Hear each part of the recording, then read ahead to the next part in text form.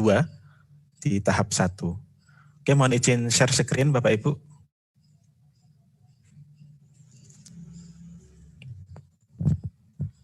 Nah, di sini saya sudah men-share halaman portal BOS seperti biasa. Ini Bapak Ibu sudah familiar dengan tampilan ini. Mungkin untuk madrasah baru mendapatkan alokasi mungkin yang belum pernah mengoperasikan. Langsung saja saya Bapak Ibu saya contohkan. Yang pertama adalah saya login sebagai lembaga yang belum menggunakan RKAM. Ya. Sebentar Bapak Ibu saya buka dulu.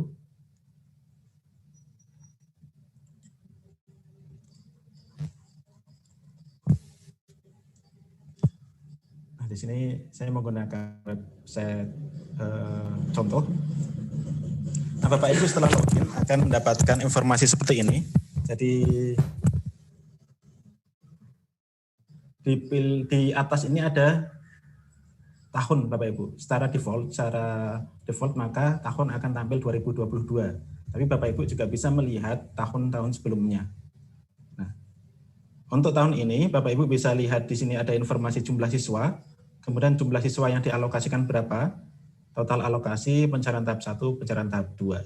Dan statusnya sekarang sedang sampai mana. Kalau di sini berarti sedang mengisi data.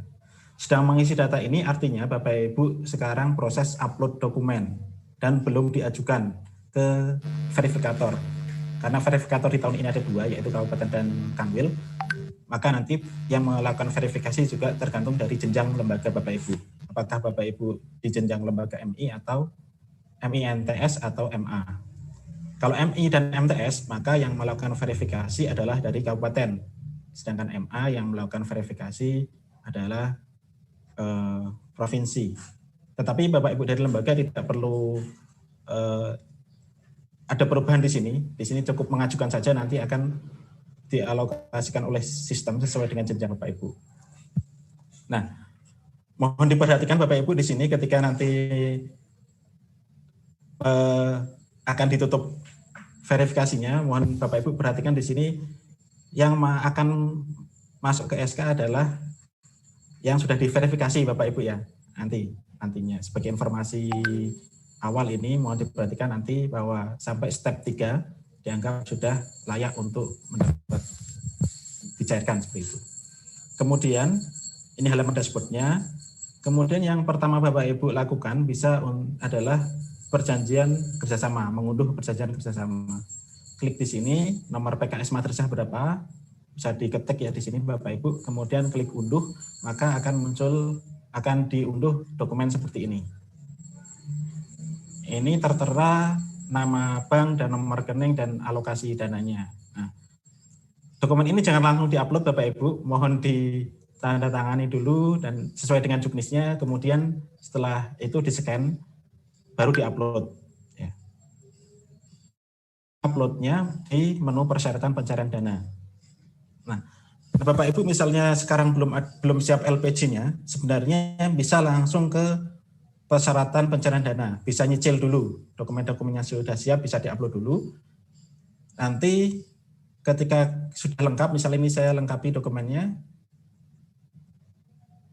anggap saya sudah lengkap di sini. Kemudian kalau diklik ajukan akan kita cek lagi apakah SPJ tahap 2 sudah diupload atau belum. Jadi SPJ tahap 2 2021 belum upload, maka Bapak Ibu belum bisa mengajukan. Nah, urutannya sebenarnya setelah PKS, kemudian LPJ Bapak Ibu. Nah, di sini madrasah-madrasah yang belum menggunakan RKAM akan diminta untuk upload melalui portal BOS. Menu upload sendiri akan muncul jika statusnya sudah diterima bank, artinya sudah melakukan pencairan di bank.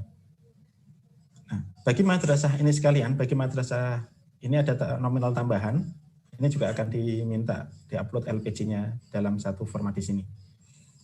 Untuk cara upload LPG-nya, seperti biasa Bapak Ibu, ini madrasah ini sudah melakukan LPG sebelumnya, hampir sama caranya.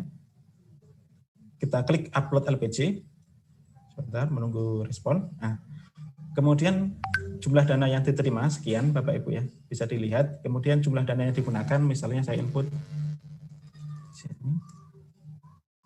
Oke, akan muncul realisasinya berapa persen. kemudian jumlah sisa dana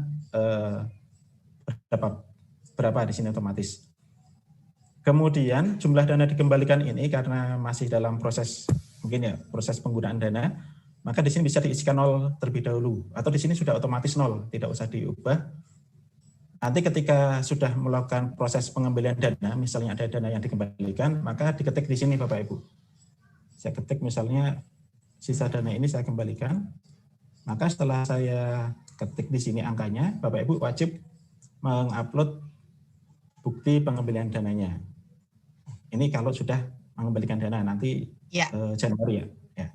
Ya, di note ya itu ya Bapak Ibu ya. Jadi pengembalian dananya tidak harus sekarang ya Mas Najib ya, itu bisa nanti di bulan Januari. Jadi karena ini LPJ-nya cuma Juli sampai November, sisa dananya masih bisa digunakan di bulan Desember. Ini jumlah dana dikembalikannya masih bisa 0 aja.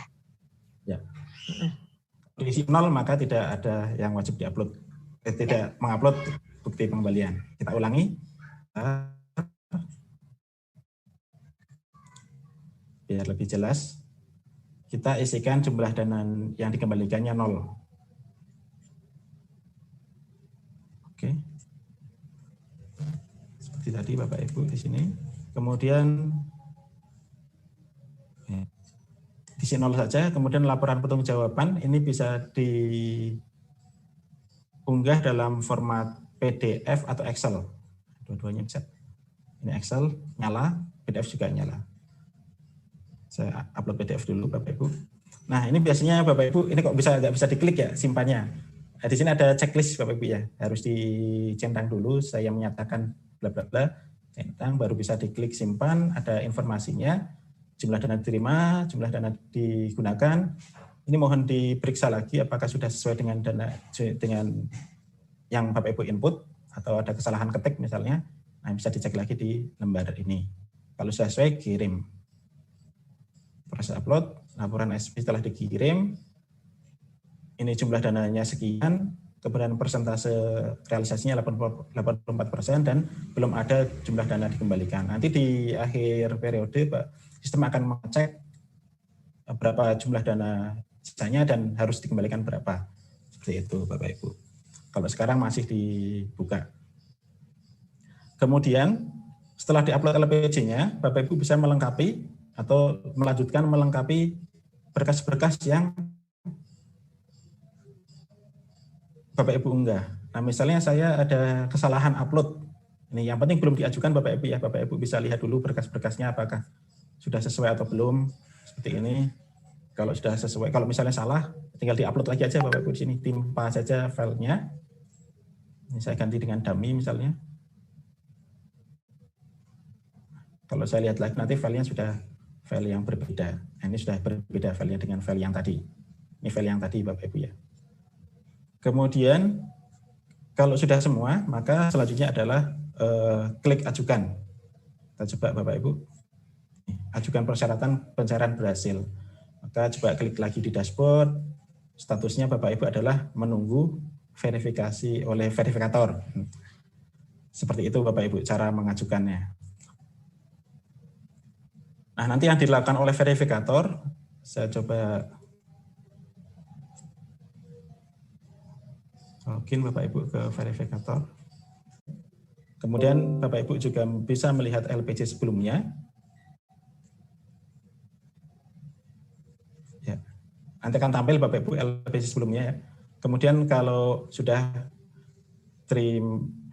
sesuai, bisa klik setuju.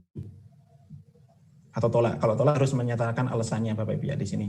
Misalnya harus detail biar madrasah tahu mana yang harus diperbaiki.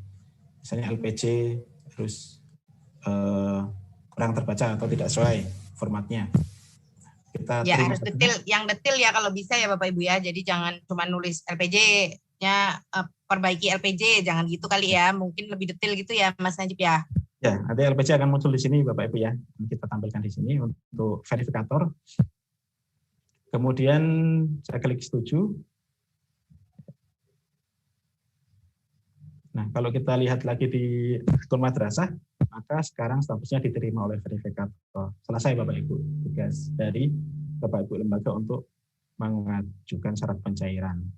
Nah, sebenarnya sama untuk madrasah-madrasah yang ini kan tadi saya contohkan yang belum menggunakan Erekam. Nah, sekarang yang sudah implementasi Erekam, maka perbedaannya hanya ada di menu upload saja. Ini saya coba contohkan salah satu.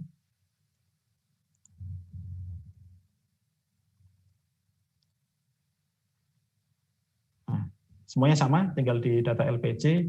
Di sini ada menu tarik data dari Erekam. Nah, kita coba tarik Bapak Ibu. Ini berhasil mengambil data Erekam, tutup, maka akan ada informasi seperti ini.